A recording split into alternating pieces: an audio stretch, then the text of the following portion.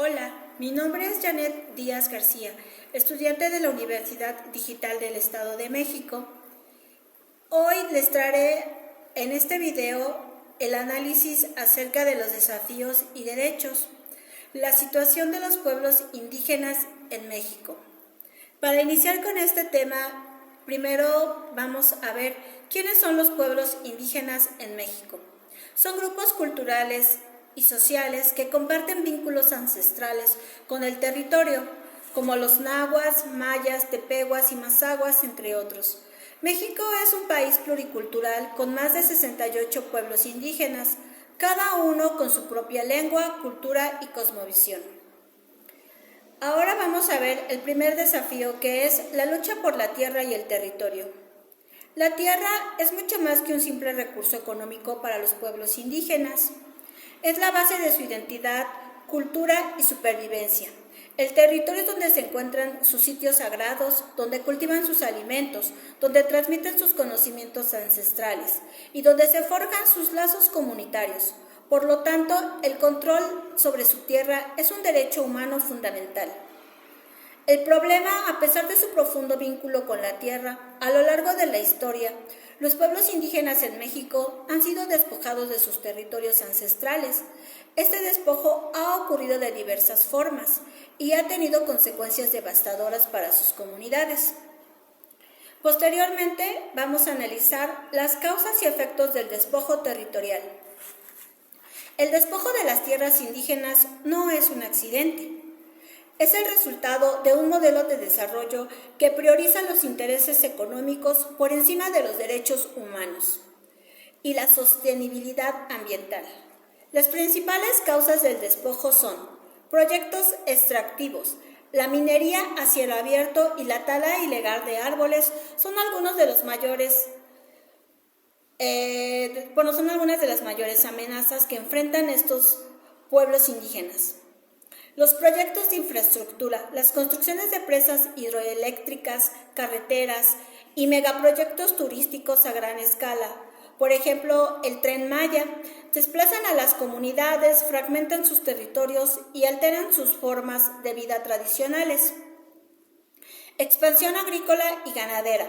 Grandes empresas agrícolas y ganaderas se apropian de vastas extensiones de tierra, forzando a los pueblos indígenas a abandonar sus cultivos de subsistencia y sus prácticas agrícolas ancestrales. Posteriormente vemos los efectos del despojo en las comunidades. La pérdida de identidad cultural.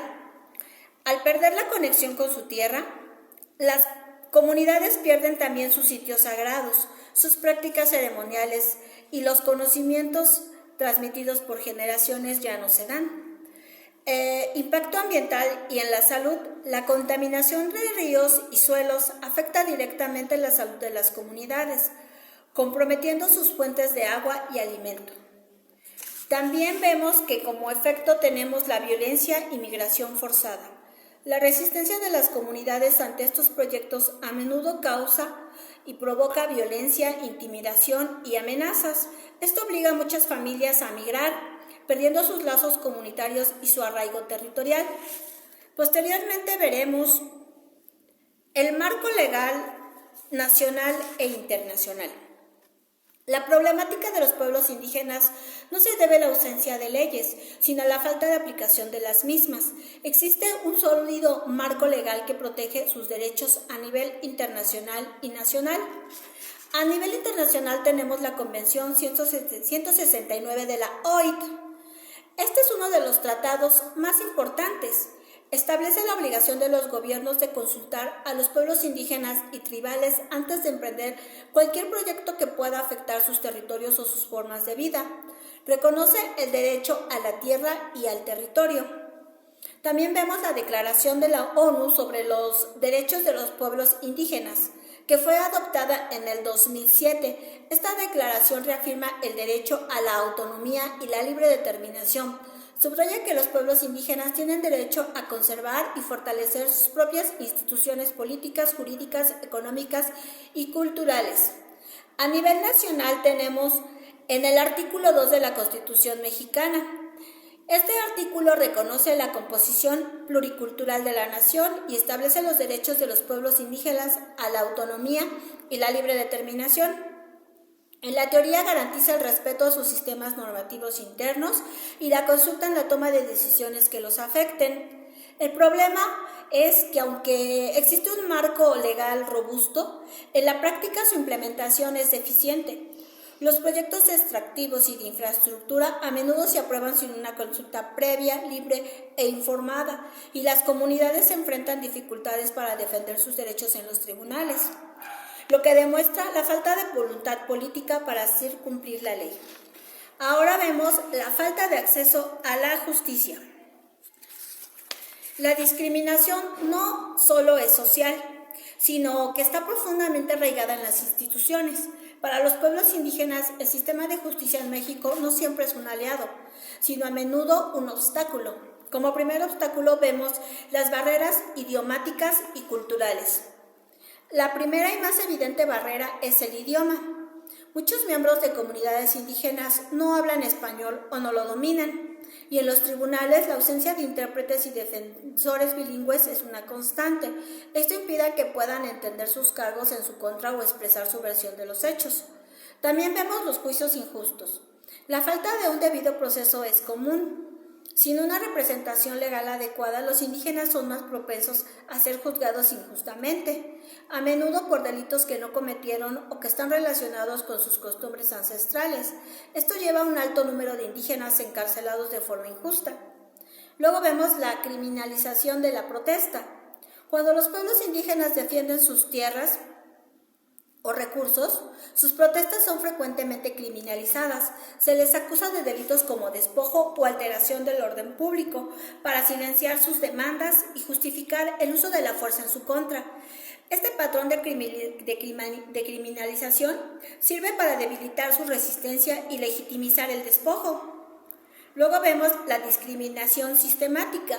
Esta discriminación sistemática la vamos a encontrar en los pueblos indígenas en varios ámbitos, pero por ejemplo en el ámbito de la salud vemos que las barreras de los idiomas en muchos centros de salud, el personal médico no habla lenguas indígenas, lo que impide una comunicación efectiva. Esto lleva a diagnósticos erróneos, tratamientos inadecuados o la simple negación del servicio. La falta de un enfoque intercultural. Los servicios de salud a menudo no respetan las medicinas tradicionales o las prácticas de curación indígenas, desvalorizando sus conocimientos ancestrales. Luego vamos a ver que en el ámbito de la educación hay currículos ajenos a su cultura. Los programas educativos se enfocan en una historia y cultura que no es de ellos, ignorando la rica herencia en los pueblos indígenas. Esto genera un sentimiento de extrañeza y desinterés en el aprendizaje. Luego vemos que los materiales y docentes no capacitados. A menudo no hay libros de texto en lenguas indígenas ni docentes que hablen la lengua local. Los maestros no están capacitados para enseñar en un contexto pluricultural, lo que contribuye a un alto índice de deserción escolar. Este patrón de discriminación sistemática profundiza la pobreza y la marginación, perpetuando un ciclo de exclusión que les impide acceder a las mismas oportunidades que el resto de la población. Ahora bien, de todo este análisis nosotros llegamos a ciertas conclusiones. Como hemos visto, la situación de los pueblos indígenas en México es el resultado de un ciclo de vulneración de derechos que se interconecta en tres grandes áreas. La primera es el despojo territorial, que ya lo habíamos visto. En esta línea de ataque a sus derechos es el constante despojo de sus tierras. Esto no solo es una pérdida de un recurso, sino el arrasamiento de su identidad cultural y espiritual, la base de su existencia. Luego vemos la falta de acceso a la justicia. Cuando los pueblos indígenas intentan defenderse, se encuentran con un sistema legal que no los defiende ni los protege. Luego vemos la discriminación sistemática, que esta exclusión se extiende a todos los ámbitos de sus vidas. En la salud y la educación, la discriminación los margina. negándoles servicios básicos y perpetuando un ciclo de pobreza y marginación social. Ahora vamos a ver las propuestas y soluciones posibles a este dilema que es de gran preocupación de los pueblos indígenas en México. Una de las propuestas y soluciones es fortalecer la aplicación de las leyes existentes y los tratados internacionales, respetar la consulta previa, libre e informada antes de cualquier proyecto en sus territorios, promover políticas que combatan la discriminación y promuevan la justicia cultural adecuada. En resumen, la problemática de los pueblos indígenas en México no es una simple cuestión de pobreza, sino una profunda violación de derechos humanos. Su lucha por la supervivencia es también una lucha por la tierra, la justicia y el respeto a su identidad. Muchas gracias.